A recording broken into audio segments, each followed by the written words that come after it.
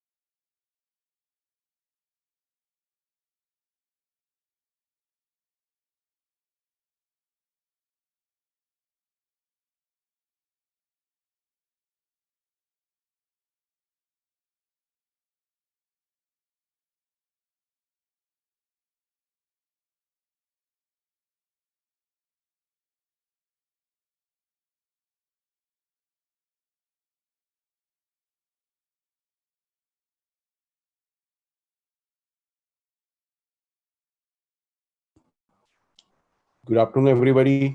Am I audible to all of you? Is my screen visible to everybody?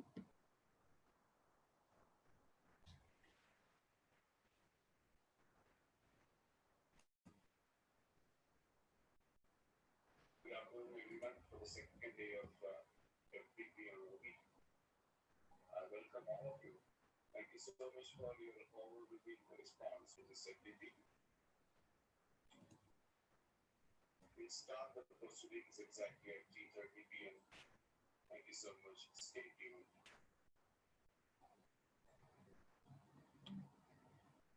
Thanks for the confirmation.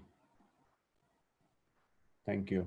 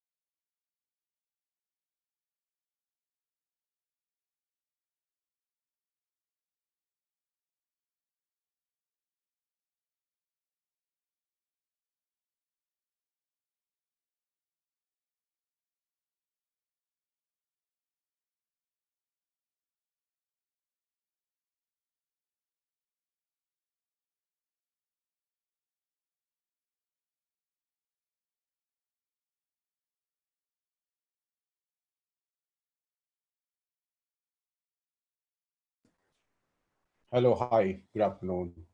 We are about to start, Dr. Doa.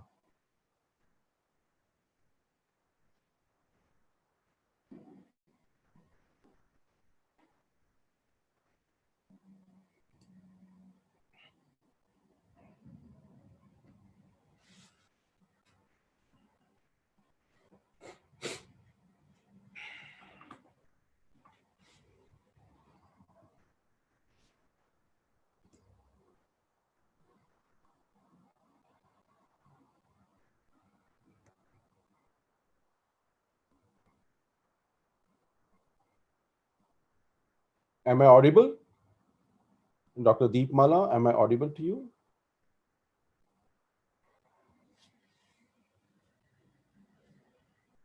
We're about to start the proceedings of the day two. Thank you so much for the confirmation.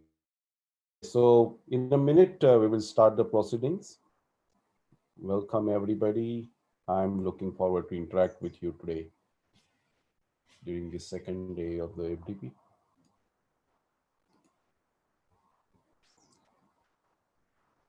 Thanks for the confirmation.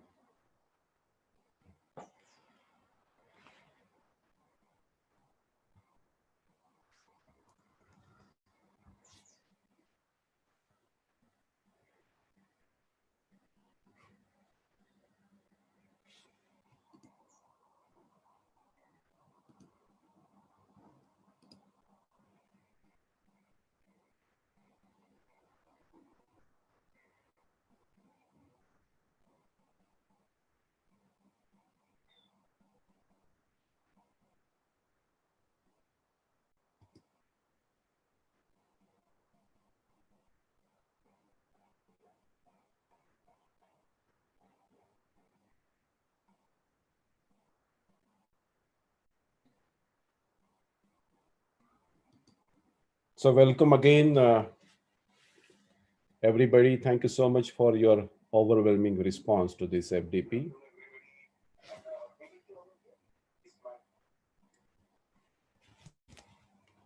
Quite a few participants have joined us on YouTube Live as well. I'm now going to start the day two of our FDP on OBE. I'm going to recap our discussion of the last session, and then we will take up the next topic of the day. Yesterday, we wanted to play a role of a program designer who would think about designing a completely new program, and we were discussing the steps involved in program design. We wanted to make sure that the new program is designed on the foundation of outcomes-based education, and we were then trying to identify the right set of program outcomes for our new program.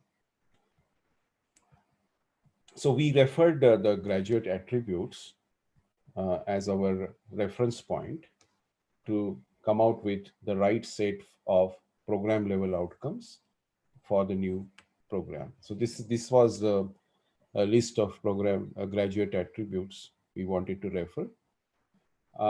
After picking the right set, we also wanted to add a couple of program outcomes which we believe that were missing or were not addressed completely. So we decided to come out with another couple of program outcomes which are called as program specific outcomes to make the list of program outcomes comprehensive, complete for the new program that we were to design. So the next step involved in our process of designing the program was program articulation matrix design.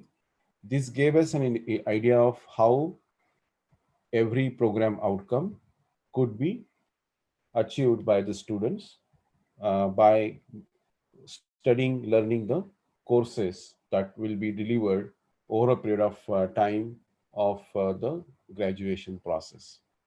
So then our next step was to identify the processes to make sure that as many as possible students achieve the outcomes at the end of the graduation, so as to achieve a better job in the desired field of application of this the studies, or go to a higher education in a top level premium institution, or become an entrepreneur. So one of these things students should achieve after finishing the graduation. That was our goal, and hence uh, we wanted to think about how, whether or not there are any mechanisms to be designed to identify gaps in any, and then that led us to think about how we should design the teaching learning process, how we should design the assessment tools, and how we should design the questions which will help us identify whether the outcomes, desired outcomes at every stage, are being achieved by the students, so that as many as possible students would end up achieving the program level outcomes with the desired degree of achievements, and they in turn might be able to do better in their one of the chosen paths after the graduation process is over. So this led us to a discussion of thinking about the knowledge dimensions involved in the teaching process, and the cognitive process dimensions involved into learning process at the students end. We talked about in detail about what these steps are in terms at the learning side of the process, which are given in these uh, the blobs, and this explains what it means, what we when we say that the student is able to remember, when we say when the student has shown the understanding of the either factual knowledge or the conceptual knowledge that is delivered, if when we should say that the student has been able to apply, if we are teaching procedural knowledge, likewise other steps involved in that. So this led us to a discussion about why a teacher ask a question, what is there beyond just seeking the answer from the student. Here we were debating about that the framing of the question should be such that it has to have a background of the fact that the teacher wants to evaluate where the students are. Most of those students are at the level on the level of cognitive process. So this has to be pre-decided. That was the concept that we were discussing. So if the teacher is teaching factual knowledge, then the teacher may want to see whether the students are able to reach understand level at least. If the teacher is teaching conceptual knowledge, then the teacher wants to see whether most of the students or desired number of students are at least being able to apply the concept that are being uh, taught by the teacher. So this has to be pre-decided that at what level I want the students to be at. Most of them, we know that it is impossible, impractical to think that 100% of the students will be able to apply. But what is that distribution that you are expecting to have? How many students you want to see at apply level or understand level or remember level? That was the debate we were having yesterday. And this is the discussion about identifying the gaps, because that is a part and the parcel of the process that the program designer has to design when a completely new program is being designed by us here. And that was to be the another step in our process of designing this new program. Obviously, these concepts are useful even for revamping the old programs, because every year it is expected that a certain percentage of the new courses will be added in the old programs. Certain percentage of the courses will undergo revisions, and that is the time when these concepts are could be introduced in your process of program designing. So it generally also these concepts are useful, but we are going through a specific case study, and we wanted to think about designing a completely new program which did not exist in the past, and hence we are kind of looking at these steps from the perspective of a fresh program being designed. So then we took an example of a rubric, which is a mental rubric. And here my argument was that outcomes-based education is absolutely not a foreign concept. It exists every day in everyday teaching learning life. It is there.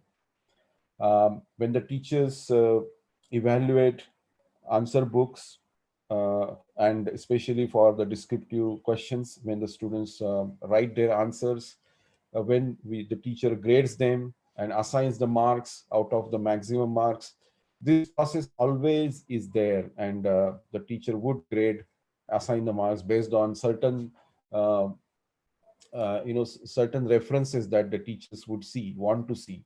And this was the example that we discussed, and that is nothing but application of a rubric. And this rubric has elements like remember, understand, and apply, which we can clearly see are being applied, and that is nothing but the reflection of the cognitive process dimension coming in picture.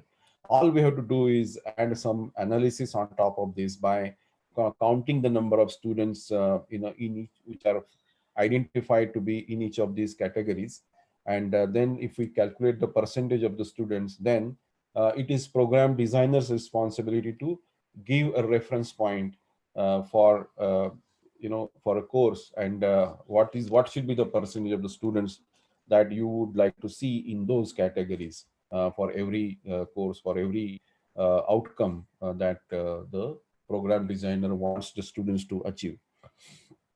Designing such a framework is obviously not a normal, a teacher's job, unless and until the teacher wants to do this work independently. But quite often, those who have spent 10 to 15 years in teaching career obviously will be able to definitely think and come out with such a framework independently. It's definitely it is possible, and hence although it's not possible for every person to perform a role of a program coordinator or designer. However, still independently we can think about how we would have designed a rubric like this, what reference point we would have designed and given to the teachers if we were to given if we were to do this design work. And from this perspective, we are looking at these processes involved here. So this reference point clearly now shows you that there has been a gap. So, and then the remedial actions which are to be planned accordingly come in picture. So remedial actions, first of all, have to be based on identifying the gaps. Identifying the gap should be based on some reference point, which is created by thinking about logical steps involved in outcomes-based education. Otherwise, from what reference point are you identifying the gaps? So if this reference point itself doesn't exist, then the identifying gap itself will be incorrect, and hence the remedial actions will be going in the wrong direction, undesired direction, and the desired effect of outcomes improvement will not be observed and experienced by anyone. And that's the reason it is extremely important for designing this outcome-based education framework in the context of the program that you are designing. Then we continued our discussion to categories of the POs. And then here the idea was to find out how the graduate attributes are leading to program outcomes, the set of program outcomes that we have come up for our program. And then how these program outcomes have association with three different categories: knowledge, skill, and attitude. And then how to think about what courses should be designed and are identified to fulfill the requirements of those respective categories of the POs. So for example, we discussed an example here of a program outcome which belongs to knowledge category. And the idea was to think about which courses will help the students achieve these outcomes at the knowledge level. So since this is a knowledge level outcome, which is talking about basic concepts of cell biology, for example, then has to have a course which covers factual and conceptual knowledge, and obviously not procedural knowledge, because it is not intended to have any procedural knowledge to be delivered to fulfill this program outcome. So naturally, the scope of a course will get limited by uh, the knowledge to be imparted to the student to achieve the specific program outcome. So in this particular case, the course that you will have to design or identify and recommend will have to have factual and conceptual knowledge covered in that. Another example was skill category POs. Here, if you are thinking about creating abilities of modern tool usage, then naturally there has to be a course which will teach them procedural knowledge of how to do something, methods, skills, techniques, and that will fulfill the requirement of a PO like modern tool usage. So this is how the PO categories and the knowledge levels go extremely hand in hand. There can't be a separation of that. This helps the program designers come up with the right set of courses which will fulfill the requirement of meeting the program outcomes by the students. Then we took an example of attitude category of the program outcomes. And here we are trying to teach the students pharmaceutical ethics, for example, honor personal values and apply ethical principles. Or this, you look at the second one, ability to lead themselves and others. So here we are trying to develop the leadership skills. So obviously, to be able to uh, for the students to be able to achieve the desired program outcomes like these, it may not be possible for the program designer to come out with a separate dedicated course for certain program outcomes.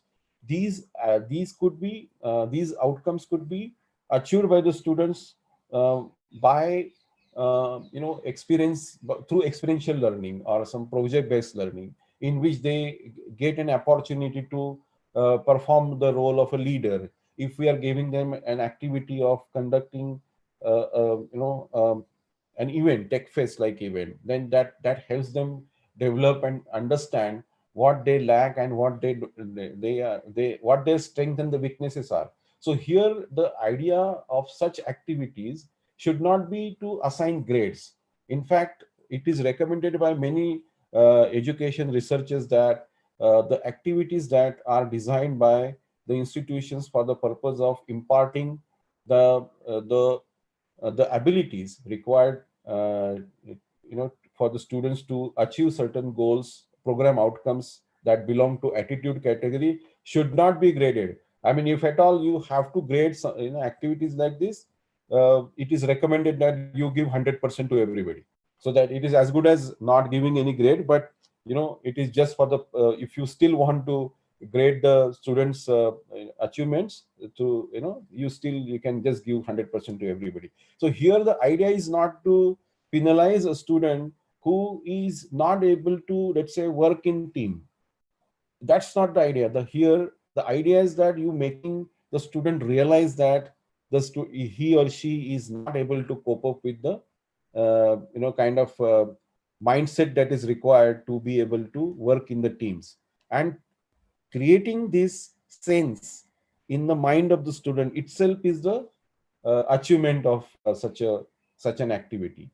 And that is what is important, and not making this student a team player. That may be a next step, but at the first goal is to make the student realize that he or she is not a good team player. There is some problem there. She or he is not able to communicate with others so freely. There is a fear in mind, and recognizing this fear, creating that opportunity for the students to recognize that there is a fear of communication in my mind. I am unable to cope up, I am unable to communicate. That itself is a success of such an assignment. And so my point here is that the students will not you will not that as a program designer, you will not be able to design a course per se to deliver the outcomes, deliver the I mean help students achieve the outcomes related to attitude category of the program outcome. These opportunities have to be created as a part of activities and related to the courses that are already identified to be part of the program. And then we moved to the top-down approach of the program design.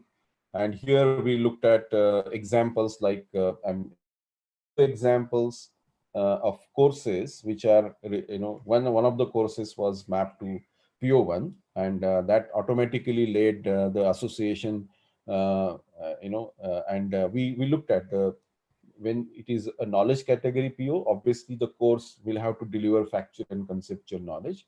So, and we took another example of a course which is mapped to two program outcomes, and naturally this course has to have content which will deliver conceptual and procedural knowledge, because PO6 belongs to skill category of the POs, and that has a reflection on the course outcomes design also.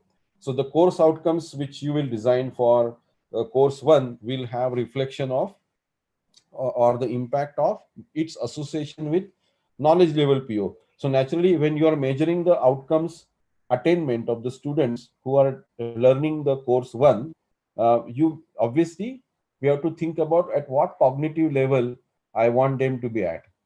And because I'm teaching factual and conceptual level, so you may not want to go beyond, let's say, apply level.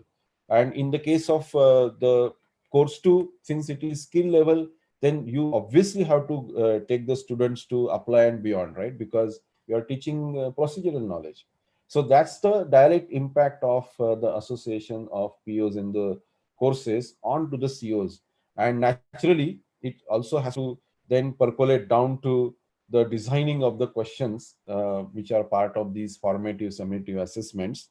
And again, you will then be able to recall the discussion about the cognitive process dimension, and what question those teachers have to ask when they're teaching factual knowledge. They first of all they have to think about at what level of the on the cognitive process dimension I want the students to be evaluated. And once that is defined, then I can frame the questions accordingly. And this is how the overall framework of the outcome based education has to be designed along the side the program design. And in fact, the program design itself has to completely encompass the processes of and the concepts of outcomes based education, when we are talking about introducing outcomes based education in the designing of the program. So this is how the end to end process is required to be in place uh, as a design, as a blueprint of the program. And once this blueprint goes into action, it will start generating the data of students learning outcomes, and this data will help you analyze then the students rather hotspots, or where the thing, who are the slow learners and why they are slow learners. Are there any patterns of areas which are always being found as not understood clearly? Weaknesses, rather I would say, some of the areas are always found to be weak. And then these inputs go back to the curriculum design, and this is how the curriculum refinement has to happen. And hence the outcome based education is as we have seen in our earlier discussion about the definition of outcome based education, in which it was clearly written that if when you want to take decisions about the curriculum design, these inputs could be taken from analysis of outcomes when you have a right framework in place, like the one that we just discussed. So now this is where we were at yesterday, and we concluded our yesterday's session. Now, before I go ahead with introducing the new ideas and concepts of advanced level outcome based education, I would check whether there are any questions here, and then once we address those questions, we can go ahead. Please let me know if you have any questions.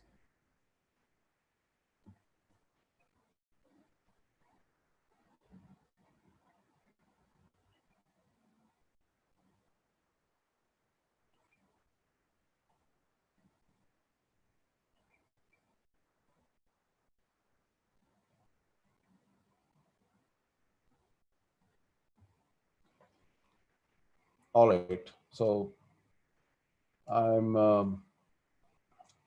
going ahead.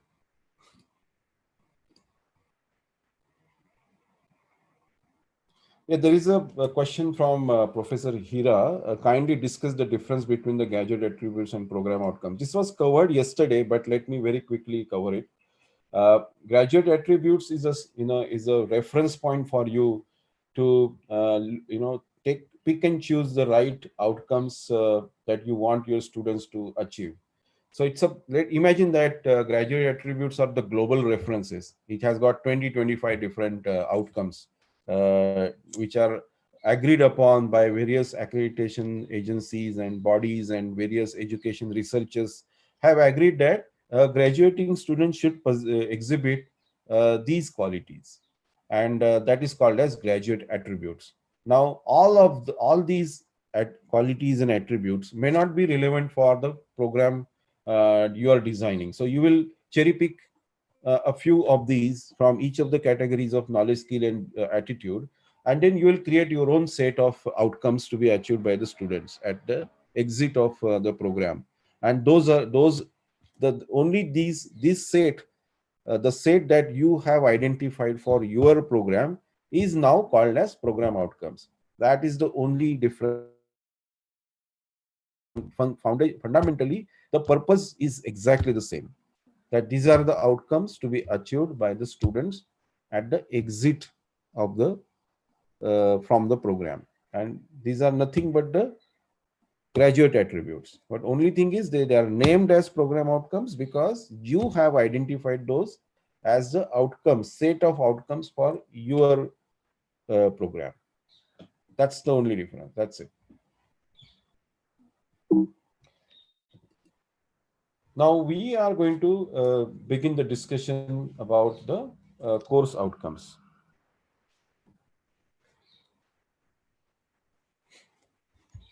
Because this is the next step in our blueprint design, right? We reached up to the level of courses, and we talked about how to identify the gaps as a discussion that becomes important.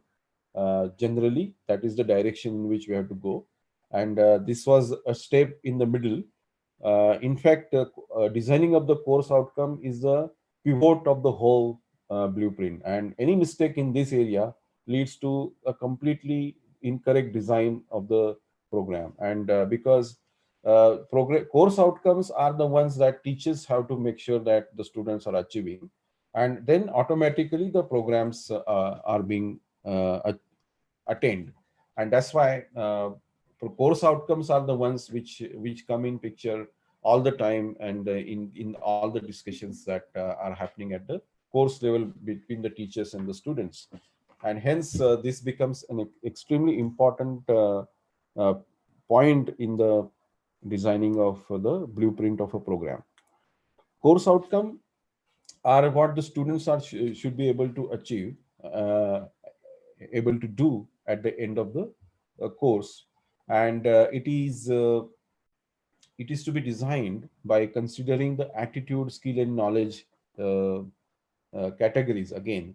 So the categories of the POs are also defined as knowledge, skill, and attitude, and exactly the same has to be inherited. These properties have to be inherited when we are designing the course outcome also, because if the courses are linked with certain categories of the POs, naturally the reflection or the inheritance of these characteristics will be there when we are designing the outcomes at the course level. And this should be measurable because this is the first thing that we measure when analysis begins. And after we finish the analysis of the course outcomes, automatically the program level attainment out analysis can be done. So once we design the course outcomes correctly, the entire outcome based education framework becomes live, and it starts giving you insightful inputs in order to improve the student learning outcomes. So here I would like to share an idea of how we can implement the the concepts that we have discussed yesterday and today in first 15-20 minutes of our second session.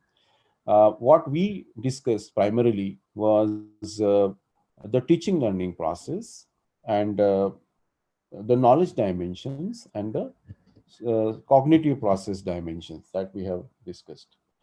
And we also discussed a lot about framing of the questions. We discussed a lot about uh, the evaluation of the students, and when we are evaluating the student, thinking about at at what level of the cognitive process we want the students to be evaluated at. That was the kind of discussion we are having all the time here.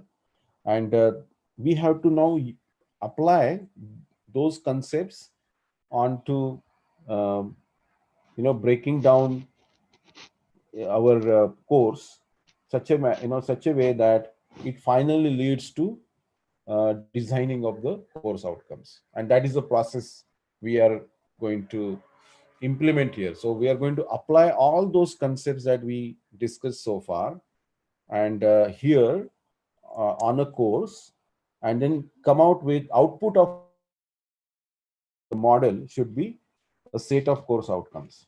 And let's see how it happens. You are free to ask me questions anytime.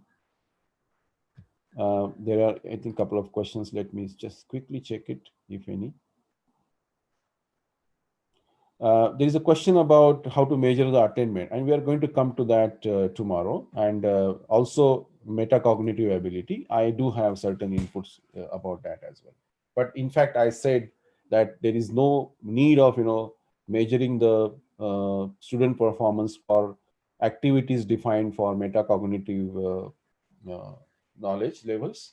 You may give 100% to all the students, because here the idea is not to measure the performance of the students such a way that you know uh, for an activity in which you want the student to get a sense that he or she is not able to cope up with the communicating with others when there is a team. Now here you are not going to penalize the student who is not able to communicate. That is not the goal at all. The goal is to create that realization here in, and then the student understands that, hey, I am unable to communicate freely without a fear. And that is the success of your activity designed by you to deliver that metacognitive skill level message, that these are the gaps in your communication skills which have to be overcome. So that is the self realization. So that is the self assessment of the students. Metacognitive knowledge means students are able to assess themselves. And that is why giving that opportunity to them by designing an activity such a way that they learn themselves that these are the gaps and strengths and the weaknesses in their whatever the knowledge with respect to the outcomes. And that is the success of this activity, not passing or failing them, which continues to happen usually in all other activities. That's not the goal of metacognitive uh, knowledge related activities. I hope that the point is clear. uh, yeah, screen, I'm actually, screen is visible. I am yet to begin the development of this concept further. So what I'm saying here is that uh, you pick and choose your course. Think about the units that you have in your course, right? Usually the textbook is divided into 5 to 6 units, and that is a typical way the, the courses are structured. The textbook is structured. Now we don't want that. We actually get uh, misled by uh, these units, and we end up designing course outcomes which are completely uh, based on the I wanted to say that which are not based on the outcome based education principles. So when you are thinking about course outcomes, right? And naturally, uh, we want to ignore this structure of the course, and by looking at what knowledge dimensions actually these units are covering, and not looking at them as a unit per se. So what we are looking at it is that what knowledge dimension each of these units are covering. So you may want to come out with uh, this analysis, and it may look like this: factual and conceptual level knowledge is delivered by unit 1, or unit 2 is delivering again factual and conceptual, unit 3 is delivering conceptual and procedural.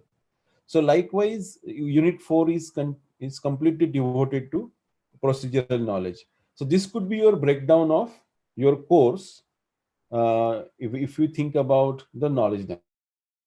Now the next step is, you may want to kind of group these knowledge dimensions if you want, if it is possible, because to avoid too much of complexity here, if there is a possibility of grouping these knowledge box, you may want to do it, or you may simply keep it as usual, right? But if there is a possibility, it is really um, it becomes then easy for us to handle the process or next steps involved here. So you may just simply group these. If you may not be able to do that, that is perfectly all right. But for example, here the introduction to database is the kind of factual knowledge that you are delivering. So all the knowledge, I would say, here the small blocks that you see here in the each of these units, you may want to club those and come out with a concise list of knowledge blocks belonging to these knowledge dimensions, which may look like this. So you have, let's say, two knowledge blocks of factual knowledge, two of conceptual, and two of procedural, and they are logically grouped by you. What is the next step involved here? Next step is to identify the desired level of cognition. So when you ask question, when you frame questions uh, for the purpose of identifying at what level you wanted the student to be at, most of the student, not 100% obviously, you may say that this is the maximum level of the cognition that I want most of the student to achieve when I am teaching introduction to database. So you may recall this particular diagram which we have uh, discussed a while ago, and then come out with your desired level of cognition there for knowledge block 1, likewise for knowledge block 2, likewise for 3, 4, 5, and 6. So this is the way you may come out with desired level of cognition you want the students to be at, most of the students to be at, when you teach them these knowledge blocks. That is the overall arrangement of the course that needs to be done before we start thinking about designing the course outcomes. Is there any question about this?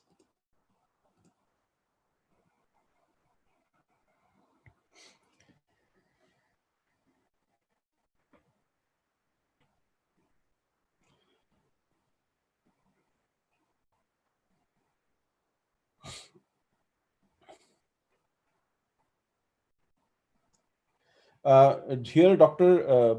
Subhash has asked a question. Generally, it is believed that by the medical community that attitude is a function of is a fusion of gene characteristics uh, inherited from the biological parents. Can it be changed as per the needs of an organization? If so, what are the modalities to bring about such change? I think this is a very complex question, and I would recommend that educators like you and others should dedicate a conference, an independent conference, just to think about how to help students achieve the desired outcomes at the program level, which are part of attitude category of the outcomes, or metacognitive knowledge. If this, because this is a very, very huge and complex and vast topic, which cannot be addressed by only by sharing views of one or two uh, persons in belonging to a, a few um, areas of field of work, other field of work. You can actually involve many personalities from various fields and conduct a conference dedicated to such a topic. I think one day we may be able to come out with an answer to uh, questions like this, probably. So right now, institutions are taking efforts to create opportunities for the students, which will help them apply their knowledge, and also some extracurricular activities, co-curricular activities, in which they are able to exhibit, what these who these students are. They can come out and express themselves, and at least these rather activities help you to identify these characteristics uh, of the students. Otherwise there is no possibility of knowing them, who is good in what. At least such activities are helping them to express themselves beyond uh, outside of the classroom. And then you can start recognizing them a little differently, because more things about the students. When they suddenly, you find that a student who is able to completely manage single-handedly, let's say, a blood donation camp, and he or she could talk to, say, various blood banks, and could convince them that on a specific day a blood bank camp should be organized in your campus. And but let's say a couple of people, students who are given this responsibility, they did it really nicely, professionally, and that helped everybody recognize them. And that is nothing but an opportunity given to them to exhibit, express themselves. And if this activity had not planned, you would not have recognized their skills and their such abilities, which fall into the category of attitude, because they volunteered. When you ask this question in the classroom, you suddenly saw a couple of students raising their hand, because they want to volunteer, they want to come forward. And this is nothing but the value system they believe into, right? Until the time you ask that question, you did not know that these are the two students who are really like to come forward. And that's precisely the purpose of asking that question. That is the precisely purpose of identifying the students um, who are achieving those outcomes, which fall into the category of attitude. So if you are not able to correct the if you believe that this attitude is related to the the genes, and basically it's a issue of bigger than what we academicians can handle, then what is basically important here is to um, create that environment, so that at least a few students know that they lack certain things, and few students who do not lack those requirements, they come forward, and these students are get recognized. That is the idea here. So coming back to this discussion about desired level of cognition, so this is the first framework that we have to come out with as a first step towards designing the course outcomes. The next is then going to I'm sorry. What I would like to do is quickly show you how one of the faculty members who had attended this faculty development program in the past has implemented these ideas and has come out with uh, a model for the course that she teaches, database management systems. And she could actually apply all the ideas and the concepts that we discussed so far in coming out with her design of the course outcomes. And also she could then extend these ideas to designing the questions using these ideas, and then also designing the rubrics to identify the gaps. So I'm just quickly going to run this video uh, to show you, but the same video is also available on the YouTube channel of Inpods Faculty Commons, and you can refer this video anytime there. The idea is to show you how somebody could apply these ideas and practically could come out with course outcome designing and questions and rubrics.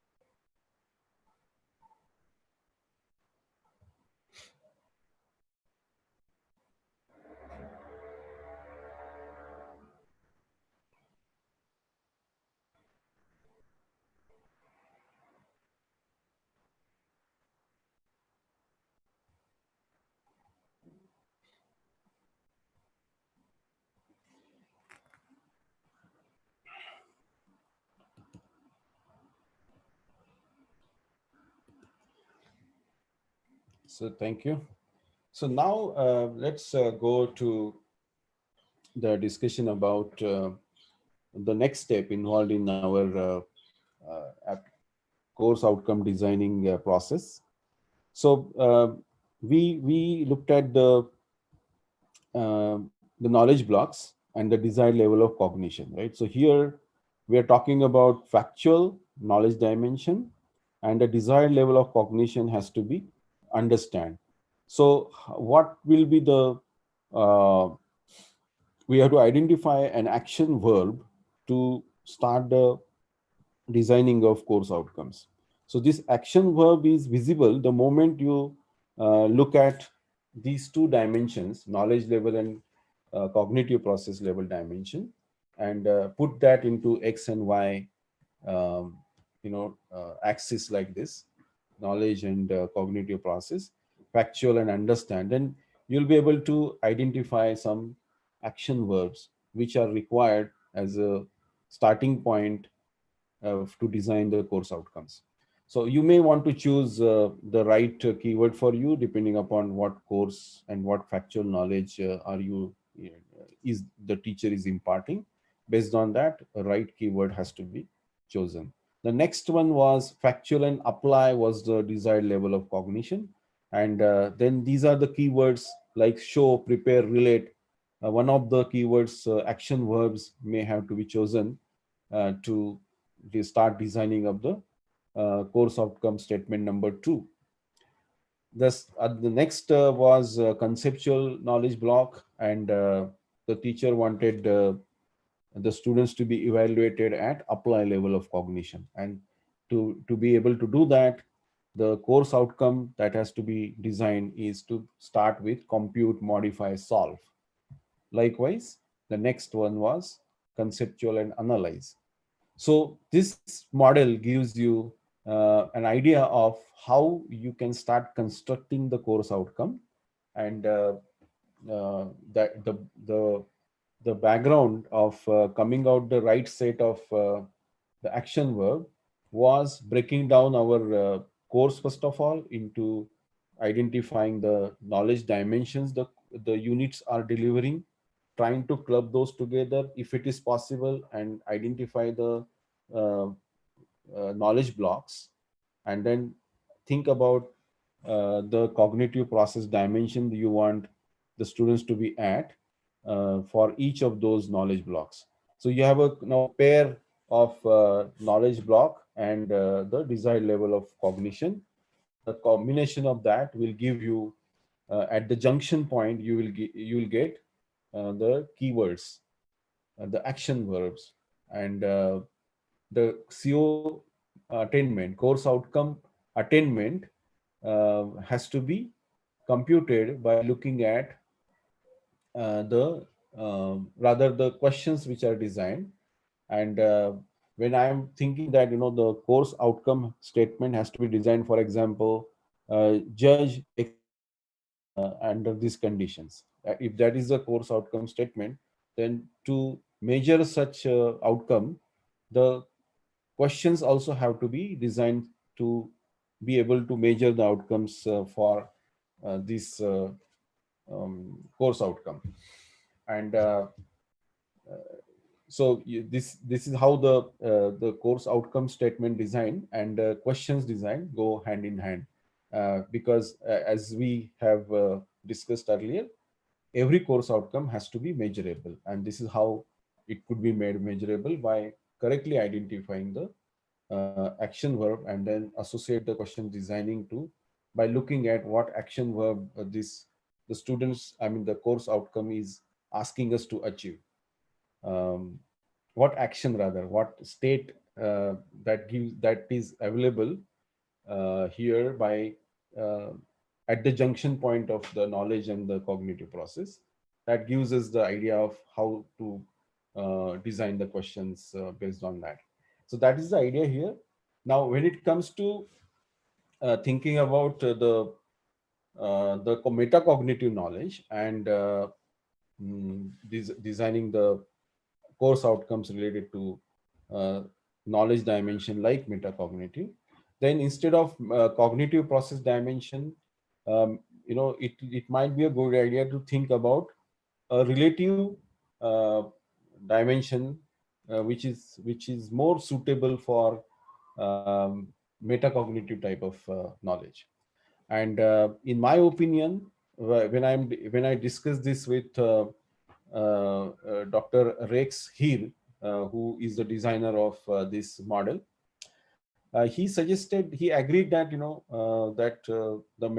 the cognitive process dimension may have to be uh, you know mm, enhanced a little bit by thinking about a dimension that is more suitable for metacognitive knowledge. And hence I actually wrote these 5 levels here as a suggestion, and which this dimension is receiving, responding, valuing, organization, and internalization.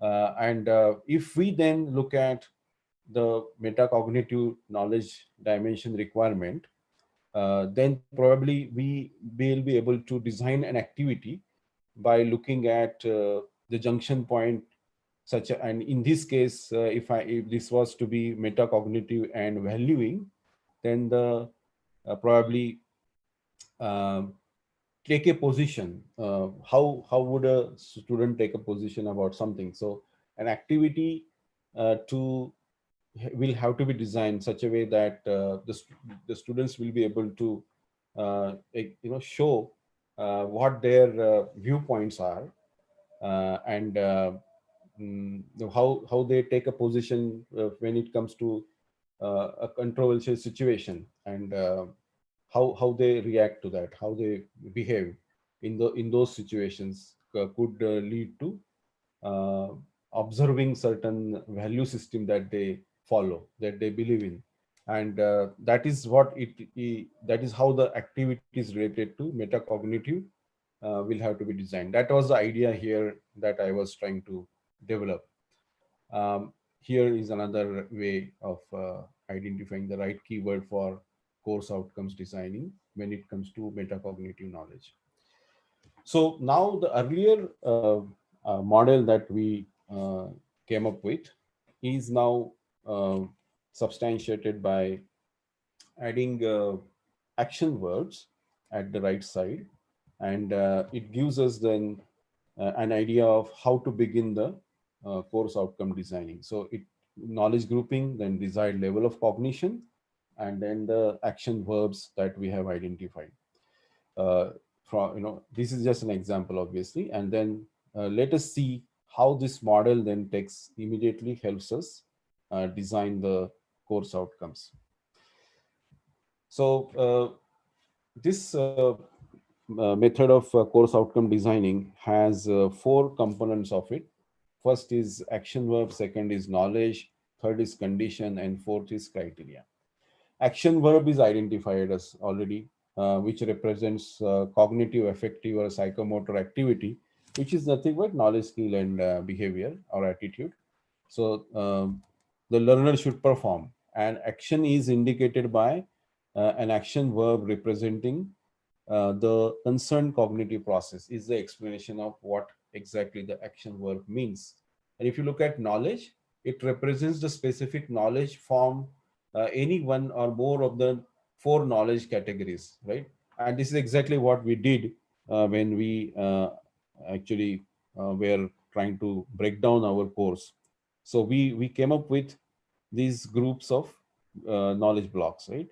And each knowledge block is represented by the knowledge that you want to represent here as a second part of the course outcome statement. And this is what was the reason for which we were trying to arrive at the blocks of the knowledge with respect to the knowledge dimensions. And this the if you look at the label associated with each of these knowledge blocks, label in the sense something that will represent what this knowledge block is about, and this label will become part two of the statement. And the third could be the condition. Condition could be a situation in under which, or the environment under which the student has to perform, let's say, an experiment, and then the results obtained by the student may have to be then compared with, let's say, some kind of global reference point. And then if the observation of the students are little, let's say, exactly matching with the global reference, then obviously still the student will have to show what is done different, significantly well by the student to be able to achieve the similar results. And for those who were a little away from the global levels, probably will have to compare, contrast, and come out with their analysis of why they could not achieve those desired global acceptable levels. And that is the criteria that you would like to see, whether the student could evaluate that, analyze that, and then you will be able to say that a particular student has achieved the desired course outcome. So the way the course outcome designing uh, the model works for you. And this model actually can be uh, can have the reference of the this particular application of the model, application of the concepts that we discussed in last yesterday and today, as a part of our program design process. So we're actually extending our idea of program designing further to come out with the right set of course outcomes for every course. So naturally, this model, if it is logical to you, it could be applied for any course of any, it doesn't matter whether it's engineering, medical, or art, science, commerce, college related course. You will always find these knowledge dimensions. You will always be able to group the knowledge blocks and then come out with desired level of cognition, which will give you an action verb. And knowledge block will give you the second part of the course outcome statement, which is the representation of what knowledge block are you covering. And the tag to this knowledge block will be the second part of this statement. The condition and criteria, those are optional, but if you want to add more clarity to what exactly the student should show, exhibit, then you always can add a condition and criteria which you would like to see, uh, to be achieved by the students. So that completes the discussion about how to design the course outcomes, the philosophy behind it. and the model that could be used to come out with the right set of course outcomes. Here I have given yes, a few examples that I have come across with, which are examples of nicely designed course outcomes, which you can easily find out those four components in these statements. And this particular course outcome has all the four components of course outcome. This is very nicely designed course outcome,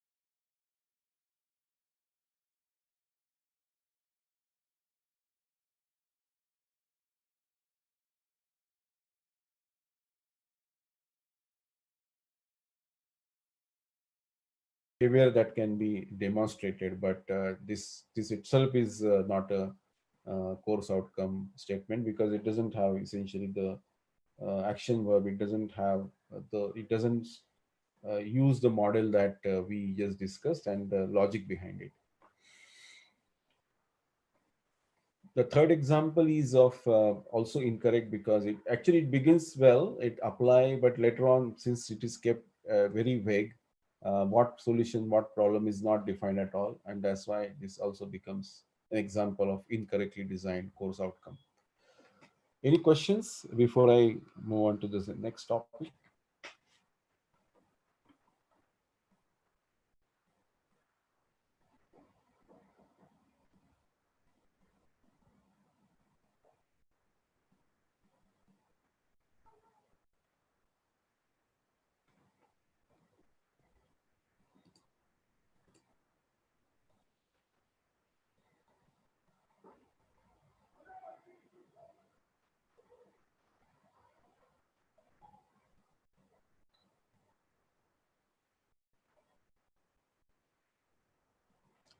Okay.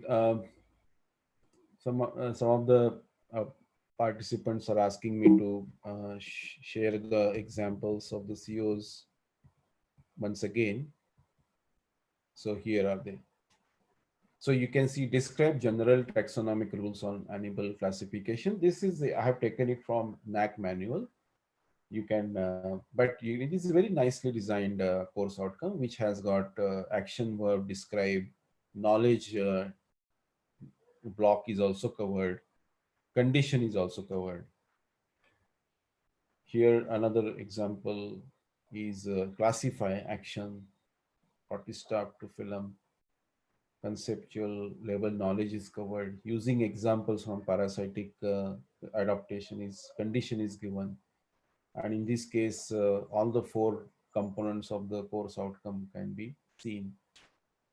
Input output characteristics of active two port networks using microcap simulator, and compare its characteristics as obtained by simulation and lab unit. Very nicely designed course outcome, clear, and then it becomes easier then to someone who is supposed to design the questions to measure these outcomes. Then automatically the questions design becomes easy.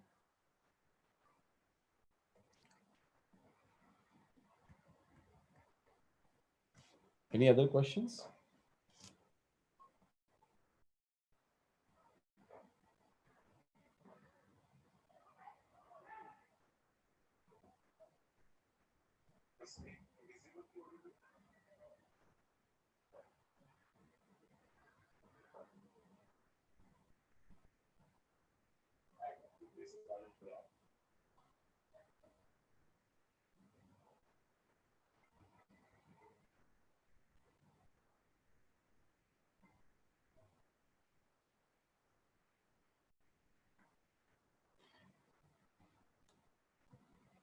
Okay, there is one more question. Right. So no more question. I was reading the comments on YouTube live channel, and some of the questions I have already addressed.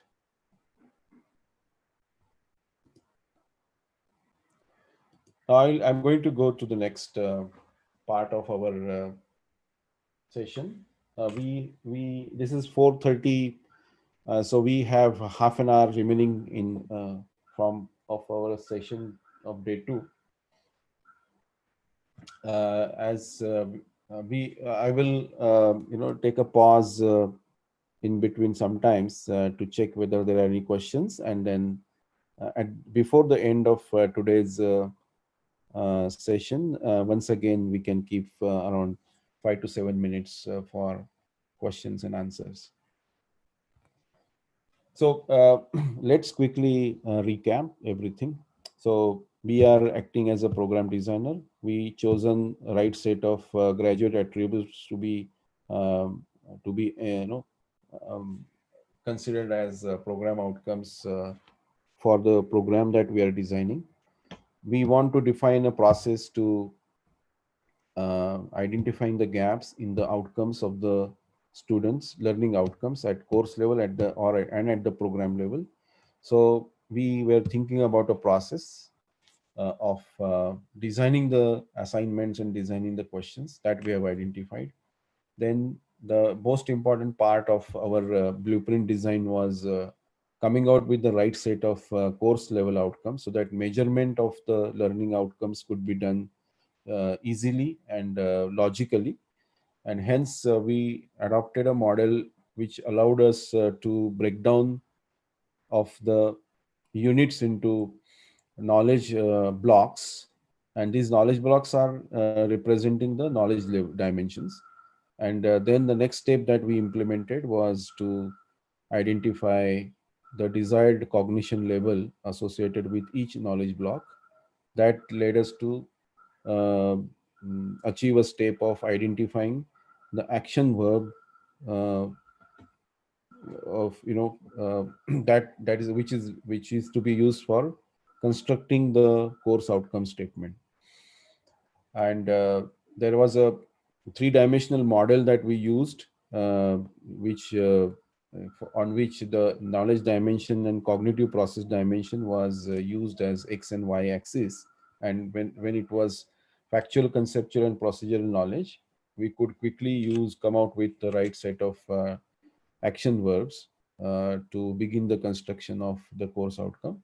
We were debating about the knowledge level like metacognitive knowledge, and there instead of using the Bloom's taxonomy or the cognitive process dimension, whether there is a possibility of augmenting this um cognitive process with the steps involved, or it may not be steps actually. These are the may not be hierarchical structure of uh, this uh, model related to metacognitive knowledge, but just an idea which I was trying to come out with, which I have shared with you. And that was showing us that certain cognitive sorry metacognitive level uh, knowledge could be delivered by constructing some activities in which the students gets enough opportunity to express themselves. And that is the whole purpose of designing such activities. And hence identifying the right keyword for the activities involved um, involving metacognitive knowledge will require consideration of certain other uh, dimension at the cognitive process. And that was the idea I was trying to share with you. With that input, we came out with a set of action verb, and then we used the 4 component model to come out with CO design, which involves action, knowledge, action verb, knowledge, condition, and criteria. That gave us a list of course outcome statements. We also looked at an example of how one of the teachers used these ideas and came out with a course design, as well as identifying the knowledge blocks, designing of the questions, and also designing the rubrics for identifying the gaps in the cognitive process. And such an example which was used I mean these concepts were applied by this teacher on a course like database management systems. and this example was discussed by us. This video is available on the YouTube channel of faculty, Inpods Faculty Commons. Please take a look at that later on. These ideas, these concepts are really practically applicable for any course. So now the next step is actually another important aspect of the blueprint design, and quite a few times I came across with the situations of uh, teachers thinking about course outcome designing, but not being able to uh, take that concept further. And when it comes to mapping of course outcomes with the program outcomes, I have found mistakes being done, because this idea of designing course outcome was never done by using the concepts that we discussed, and independently a course was taken, and course outcomes were designed, and that's why there was no idea of how the course outcomes have to be mapped with the program outcomes, how to measure the program outcome attainment by with the help of the course outcome. This idea did not exist because the designing of the course outcome was not done from top down approach. It was done independently in isolation, and hence the link was missing, and that was the reason here I the idea of mapping of the COs and the POs was not achieved by these institutions correctly. So, looking at that, I thought of covering this topic also in the FDP, and let me explain it with the help of this blueprint idea that we discussed earlier. But we will, instead of thinking about this blueprint with the help of two courses which we had done earlier, now we will take the complete set of courses belonging to a program, and then see how the PO and the CO mapping could be very easily, it could be identified. So look at the you on your right side. I have given this empty blueprint of the program design. We are already now familiar with these terms: factual and conceptual knowledge. Then procedural knowledge means all the skill level program outcomes. When it could come to metacognitive knowledge, it comes to attitude level program outcomes. So uh, what I'm trying to explain here is that uh, you may want to create a blueprint like this, arrange your courses and the semesters accordingly, and then look at the course bank that you have identified as a program designer, and then try to put these courses onto this blueprint to see how they are related with the program outcomes. So here obviously we have already done the top down uh, thinking is already done, but now we are rearranging. We are just now arranging these courses properly to come out with the final blueprint, and that helps us very easily identify the mapping between the POs and the COs. So this is the way I'm choosing the first set of courses which you are which will be delivered in the first and the second semester of the program, and the color is a which designates that these courses primarily are going to cover the factual and conceptual knowledge, that is, which also means that they belong to knowledge category of the POs, and here knowledge category POs are PO1 and PO2. If we take one example of a course, and this course number 3 for example has here there is a typo here. It There are 5 COs here, and then naturally these all the COs will have some association with PO1 and PO2, because the course itself has strong affinity with uh, knowledge category of the POs. That's why any course that you pick from here, all the COs will have primarily the strongest affinity with PO1 and PO2. And this could be then represented in this manner also. If you recall the model that we discussed here, it will immediately show you that since these courses are primarily covering the certain knowledge blocks related to factual and conceptual knowledge only, the desired level of cognition could be understand and apply maximum in these cases, since you are covering factual and conceptual knowledge. Then naturally, if the uh, course one is supposed to be uh, supposed to be addressing, let's say, apply level uh, cognition, and then it has got strong affinity with obviously PO and PO1, because this course is primarily associated with knowledge level POs, and that's why all the COs and the POs will have either substantial or the moderate level of affinity, because primarily they are addressing the requirements of these two POs. And there is absolutely no affinity with the other program outcomes of other categories, because these courses are primarily designed to deliver factual and conceptual knowledge. That is clear, and that's why the entire association will be with the PO and PO2. That is the only idea that I am driving here.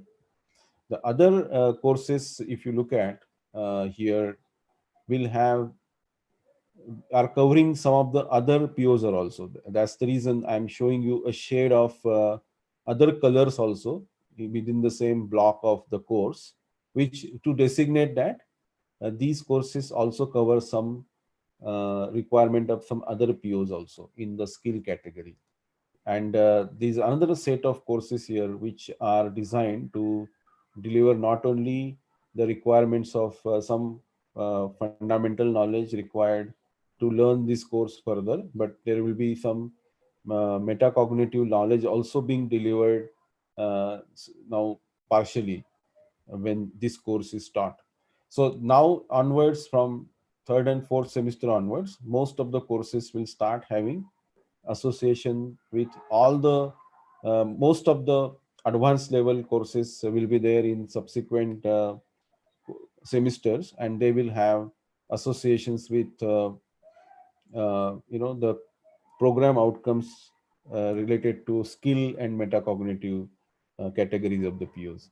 So this is the kind of blueprint that will help you to quickly come out with a desired level of affinity between the POs and the COs, and which shows that, for if we take another example of a course here, let's say this course, which has got slight yellow shade also, which shows that this course will have certain foundational level knowledge also covered. So one of the COs that is designed here may have an affinity level, for example, uh, with slight here, for example, with PO2, but primarily this course is designed to deliver the requirement of skill level PO. So the affinity will be moderate. But since there is slight amount of conceptual knowledge also has to be covered to be able to understand the rather gain absorb uh, the the skill here, the ability to do something, then naturally this course also will have some affinity with the uh, knowledge level POs. That is the idea that I'm trying to drive here. So if you come out with a blueprint like this, it might become easier for you to come out with the affinity levels between the COs and the POs, connections between the COs and the POs.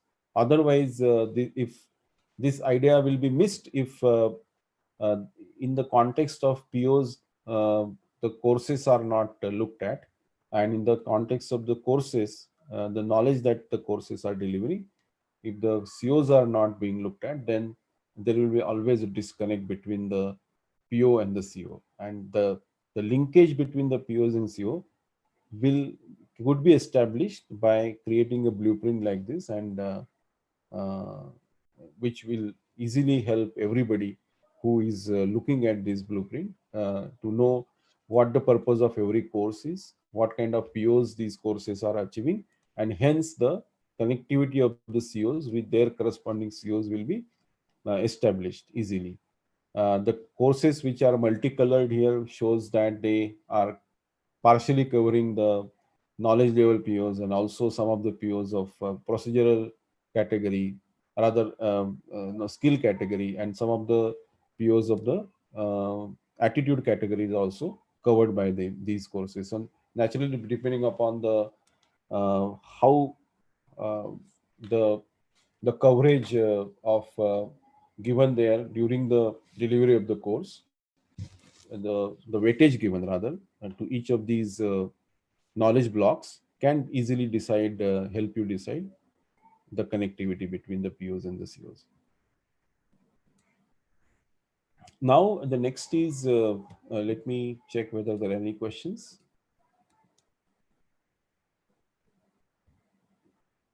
Thank you for appreciating this presentation. The next topic is framing questions and assignments, and that was the in our program design. This is supposed to be the next logical step once we arrive at the course outcomes. Naturally, the next question is about how to frame the questions and how to frame the assignments. So that is the part we will cover here with the help of some ideas that I would like to share with you. So when a course is being delivered and the students are graduating from um, first semester or first term to the second term, and then progressively they go to the last term.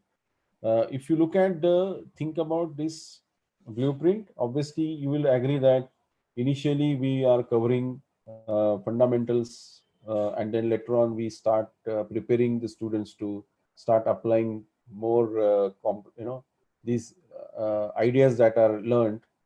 So we take them to application, and then also we then slowly take them to analysis and the other higher dimensions of the cognitive process, higher order thinking that is desired to be exhibited by them as per the cognitive process dimensions. So we take them through them, and this design of the courses uh, uh, is is done by keeping this requirement of any graduation process in mind. So that is reflected here once again a little differently. So students begin with more courses which are related to cognitive process dimension, that is knowledge dimension, and slowly we start taking them through skill level courses, and parallelly we start introducing them to the knowledge dimension like metacognitive. So the reason I use different terms here is because this discussion requires looking at uh, the knowledge, skill, and behavior categories of the PO slightly differently, and that's the reason these terms are now used here instead of knowledge, skill, and behavior, because now we have to look at it from the broader perspective. So cognitive domain means basically cognition means the process of the knowledge absorption, that is uh, the cognitive domain, and knowledge category program outcomes belong to cognitive domain. Psychomotor belongs to skill category of the POs, and the affective domains belongs to um, the metacognitive knowledge and attitude. So you can reverse this explanation, and then you will be able to find the relationship between knowledge, skill, and attitude with these three terms used here. The idea here is that when the students graduate from the first term to the last term, they go through typically these various domains of education process, and students have to exhibit these characteristics as a you know progressively. So when we think about designing the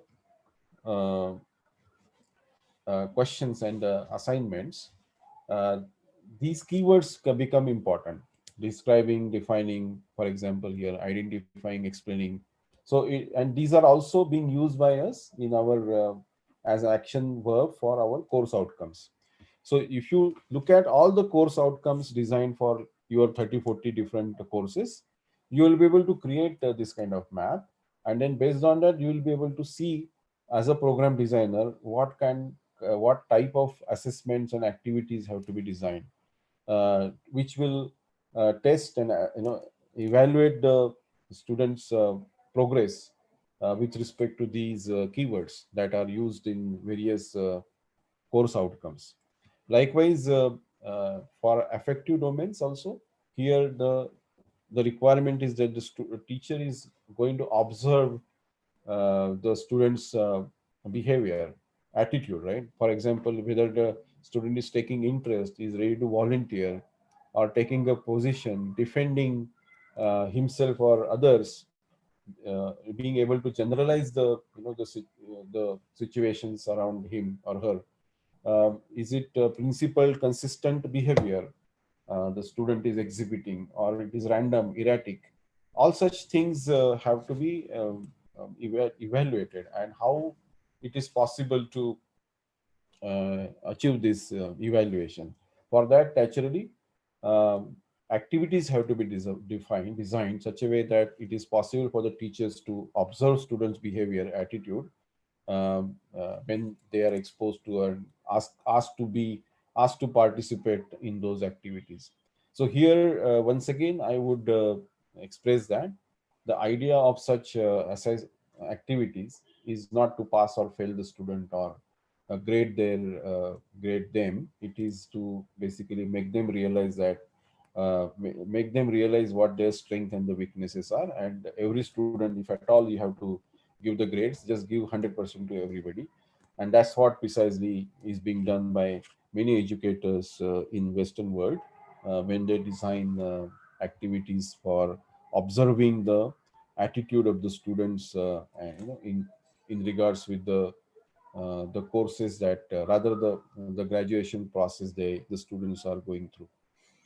So this is the framework that is required to be in place when when it comes to thinking about how to design the activities and how to design the assessments and how to design the questions. I hope that this idea was good enough for to explain uh, what model is required to comprehensively discuss about comprehensively think about the designing of assessments and the questions. I would like to bring use this model here once again to uh, take our discussion to the next level. I'm going to identify these course uh, blocks and trying to label them what exactly these courses are doing there, and consider that in the semester 1 and 2 is one unit, 3 and 4 is another unit, 5 and 6 is another unit, 7 and 8 is another fourth unit. And if we look at these units, probably we'll see that the first unit is more factual and conceptual, less procedural. Second is less factual and conceptual, more procedural. And that's how progressively these courses are, helping the students achieve those higher order thinking skills or achieving those more complex program level outcomes through these courses. And this is exactly what the idea was, which is explained here also, progressively the students are able to plan, design, organize, anticipate, engage, have insight, perform efforts effortlessly and consistently with assurance. So these are the abilities that are being built by us progressively, and these assignments design has to help them achieve these abilities progressively. And that's how the designing of the assignments have to think, have to take this model into account. And this is precisely is what I'm trying to explain little differently by using another idea here. And this also will probably help you relate it with the earlier model. And then this might help you to think about how to design the questions, and how to design the rather how to think about what cognitive level the students have to be um, evaluated at, which is actually uh, this idea is used by us when we were thinking about a course. We broken down those units into knowledge blocks, and then we identified the cognitive process at which the student should be evaluated, and then action was identified. uh, so we are extending that idea now here, and then we are looking at the whole program, and we are trying to see whether this now this idea can further help us come out with the right set of questions. I would say that it might help us in the designing the percentage of the questions to be covered in those respective times in the graduation process. So, for example, here to assess the students here, it is expected that analyze level also should be introduced, because more procedural knowledge is being delivered, and hence less of remember and understand, more of apply and analyze type questions should be asked here. Likewise here, when more and more procedural knowledge and less some introduction of the metacognitive knowledge is being delivered, then naturally the percentage of remember understand has to further reduce, and apply, analyze and evaluate related questions should be designed, or activities which will help them evaluate these the problems that are given to them should be opportunities should be created in that for that. And then more of evaluate level questions should be asked, or activities should be designed when it comes to less factual and conceptual, more procedural, more metacognitive knowledge is being delivered by this set of courses. And that is the idea that I'm trying to drive. So when it comes to how to distribute the questions, I know that how to design the questions, but now next question is how to distribute the questions, whether there is any logic to think about uh, the percentages, the coverage, and probably this is the model for that.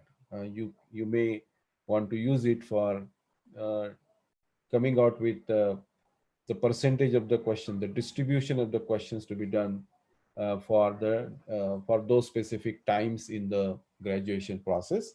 And the idea behind this is that you finally the process has to take them through these logical progression that we can see when they are taken through cognitive process related courses, how they are step by step their abilities are improving.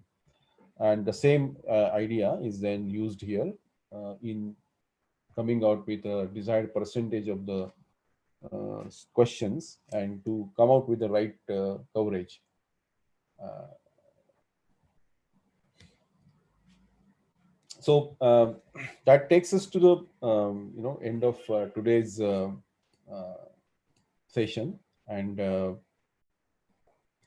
if you have I'm just putting back this model here to initiate more discussion if required, uh, based on this model, because this now is extended to even psychomotor and affective evaluation. So in case you want to also add the knowledge dimension of metacognitive knowledge, and then see whether you could apply the is, the idea that I presented, instead of a cognitive process dimension, if you, when it comes to metacognitive skills, if you have if you could apply one more parallel scale there and see whether that helps you design the activities related to metacognitive knowledge. And that's the reason I introduced this last piece also here to uh, in to complete this model by considering the remaining piece of metacognitive knowledge. So let me know if you have any questions.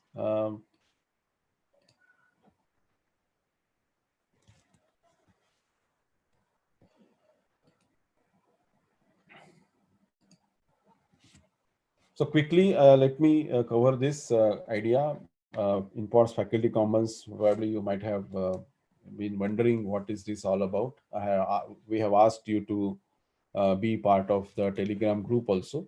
But here is the idea is that, since we are conducting these faculty development programs and also webinars on outcomes-based education, we were wondering whether these ideas that are being discussed are could be applied in your, and you must be already applying these ideas, or you may be having more better ideas than what I have presented here in last 2 days. And if you have any such examples, uh, we would love if you would share those with us, not only with us, obviously, with the community of Inpods Faculty Commons.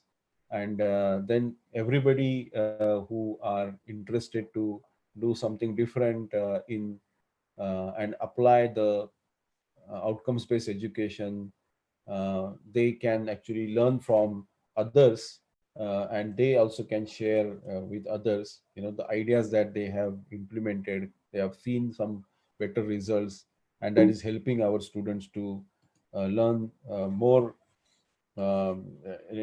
basically achieve those outcomes rather. And if you would like to then share your ideas, please feel free to share those examples, some case studies with us, and create a video essentially, and then we will be able to actually post those videos on YouTube channel of Inpods Faculty Commons. So here, this is the idea, and those who are interested, they can share the content, and please be, uh, understand the license that is to be considered here when you share the uh, your ideas. It will be a Creative Commons license that will have to be considered by you, because it allows others to use your ideas, but they have to give your reference, because your idea is original. So they will have to show your the ideas, your reference there, but they should be allowed to modify that and make it suitable for their uh, field of application. But they should not forget you, and that is the idea here, and that is called as Creative Commons licensing.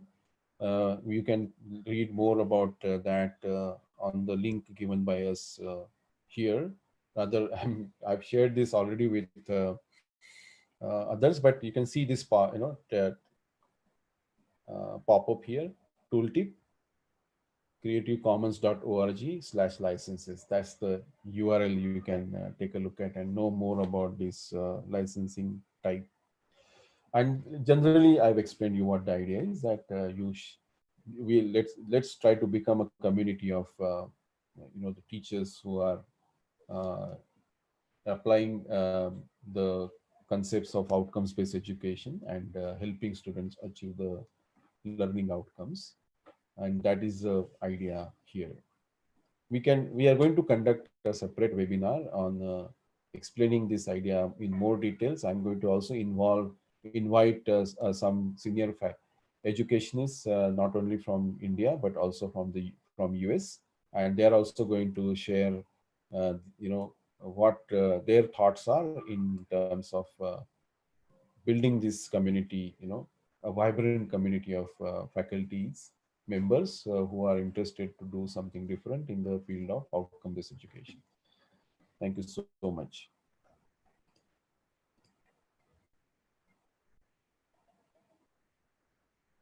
So that is it from my end for the day today. I appreciate your time and your patience listening to me. Um, I will once again uh, share the link to tomorrow's session on your Telegram group, as well as I email it to you.